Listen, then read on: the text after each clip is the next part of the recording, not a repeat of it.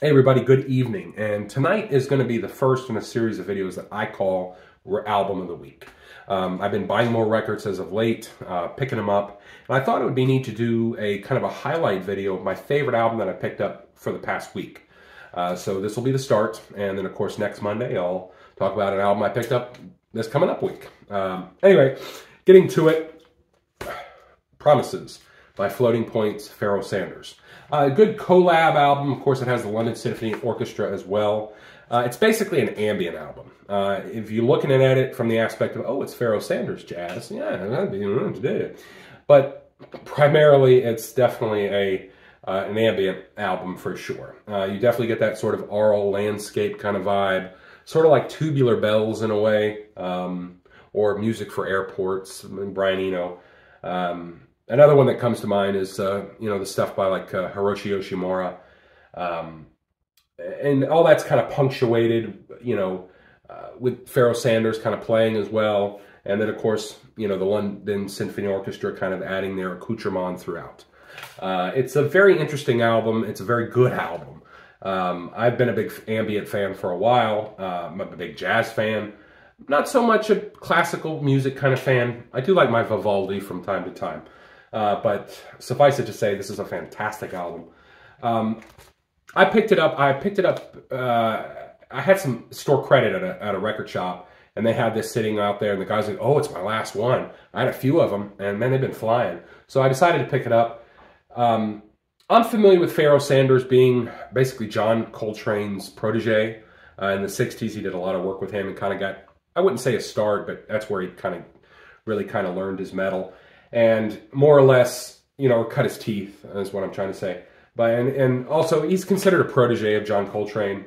I'm not truly familiar with a lot of his work. When it comes to Egyptian-themed jazz artists, my favorite has to be Sun Ra and his orchestra.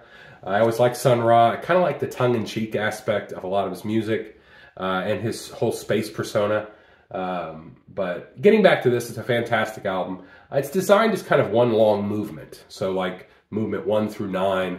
And you can listen to them individually, but it's sort of meant to just be listened to the whole thing and to kind of create like this oral kind of picture, if you would. I picked it up for the Pharaoh Sanders aspect because I've been kind of on a jazz kick lately. And I was like, ooh, Pharaoh Sanders. And he does play on it, obviously. This was his last album he recorded before he passed away. But it's less jazzy than I was thinking. It's definitely more ambient-esque, as mentioned. And a lot of that, of course, comes from Floating Points, who I'm unfamiliar with, who I was unfamiliar with, and whom I still am unfamiliar with, because I haven't really looked at any of his other stuff. But suffice it to say, it's a great album. If you have an opportunity to check it out, I bought a few albums this past week. I've been trying to do about one a day. And this is definitely my favorite pick of this past week.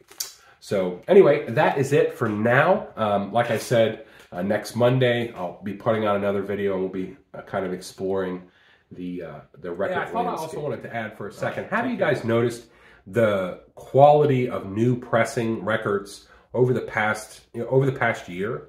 So, I read reviews on stuff, and this is actually the third copy of this that I've had to have the record shop order because the first two were just junk.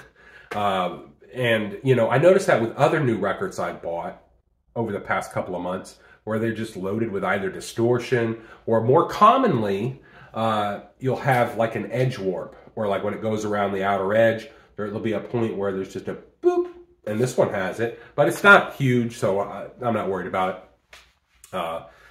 And I just noticed that lately. 3 years ago when I was the budget audiophile and I was buying records all the time, and I primarily buy, older records, but, of course I buy new ones as well.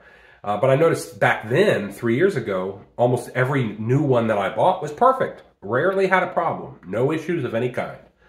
But now, it seems like every one or every other new one that I buy has an issue, has some sort of problem with excess distortion, or it's warped, or edge warp seems to be really common.